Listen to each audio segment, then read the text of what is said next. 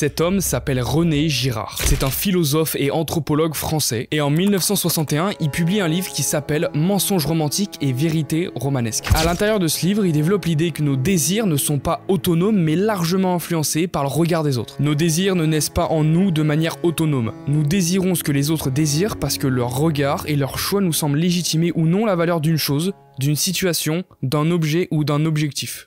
Cet homme venait de crier une vérité que la modernité essaie d'effacer. Vos rêves, vos ambitions et ce que vous désirez le plus dans votre vie n'a pas été façonné par votre vision du monde, mais par la vision des autres.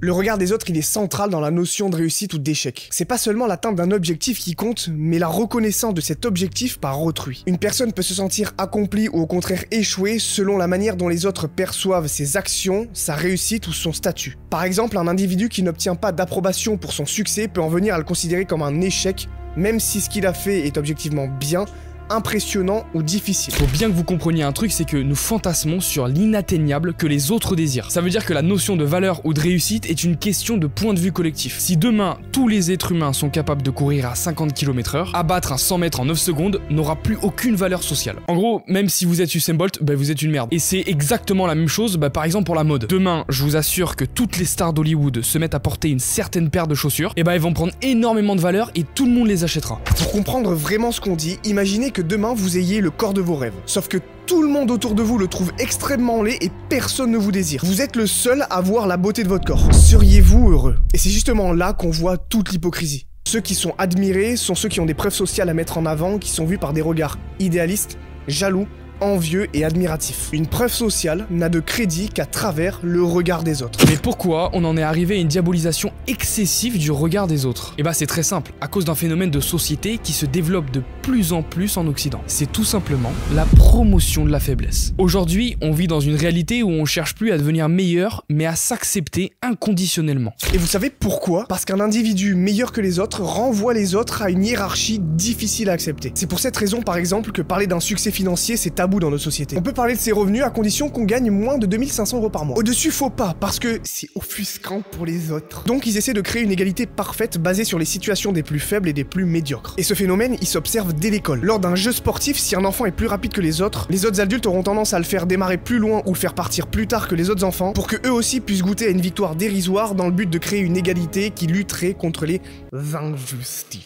Évidemment, il est bien plus simple et rapide de pénaliser les plus forts en les ramenant vers les plus faibles que de tirer les plus faibles en les ramenant vers les plus forts parce que ça demanderait beaucoup plus d'efforts aux plus faibles. Mais là, est-ce que l'injustice disparaît ou est-ce qu'elle change plutôt de camp? Le plus fort à ce moment-là dispose d'atouts qui surpassent la majorité, mais en essayant de le brider, il est conditionné à ne plus utiliser ses atouts pour ne pas susciter la jalousie et la colère des autres. Mais si cet enfant était dans une école d'athlétisme, cet enfant, il verrait sa différence comme un atout et pas comme un frein social qu'il essaierait de dissimuler pour ne pas frustrer les plus faibles. Derrière la phrase « accepte-toi comme tu es » se cache cette vérité.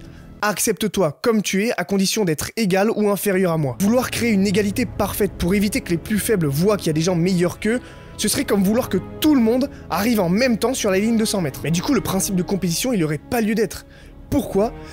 Parce que il faut se dissocier du regard des plus forts, parce qu'il nous renvoie à notre condition de plus faible. La bien-pensance utopique, elle essaie d'effacer le principe de compétition de l'espace public. Et vous savez pourquoi elle a toujours refusé de voir que la vie n'est faite que d'inégalités? Parce que quand on le réalise, soit on donne tout et le maximum pour contrer sa condition, ou soit on s'enferme dans la facilité et on rabaisse les autres à sa condition de plus faible. Les bien-pensants ont choisi la facilité en créant un diable à travers l'importance qu'on accorde au regard des autres, afin de ne pas être heurtés par les gens au-dessus de leurs conditions. Par contre, les meilleurs, les plus forts, les plus intelligents, eux, ils doivent pas montrer leur atout pour ne pas vexer les autres. C'est arrogant de parler de ton argent, il y en a qui galèrent chaque fin de mois. Ça compte pas, tu gagnes tout le temps parce que t'es plus rapide. Il faut laisser une chance aux autres. De toute façon, t'as beau aller à la muscu et être bien gaulé, c'est juste pour faire le kéké.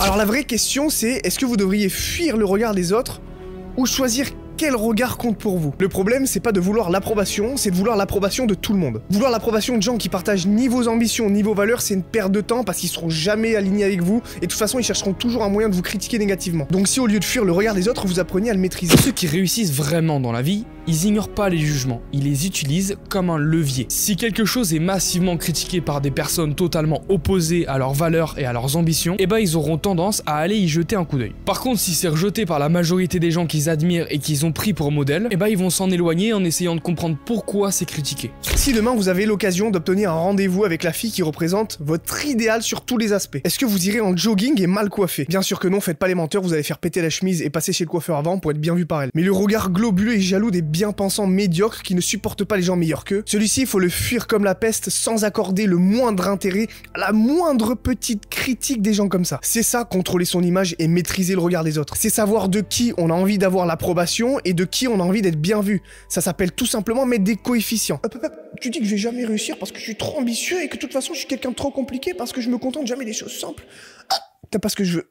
Donc ferme ta gueule. Vous devez accorder une importance au regard et aux conseils uniquement de ceux qui ont déjà ce que vous voulez dans la vie. Se foutre complètement du regard des autres, ça revient à nier complètement notre côté social par nature, et ça ressemblerait à vivre en ermite dans une hutte au fin fond de la forêt pyrénéenne. Merci pour votre attention, n'hésitez surtout pas à rejoindre notre groupe Discord en description pour créer une armée de gens déterminés. Si cette vidéo a fait sens pour vous, n'hésitez pas à la liker, à vous abonner pour rejoindre la communauté et à commenter pour qu'on discute. En attendant, n'oubliez pas, poursuivez votre version 2.0 et au lieu de le rêver, faites-le.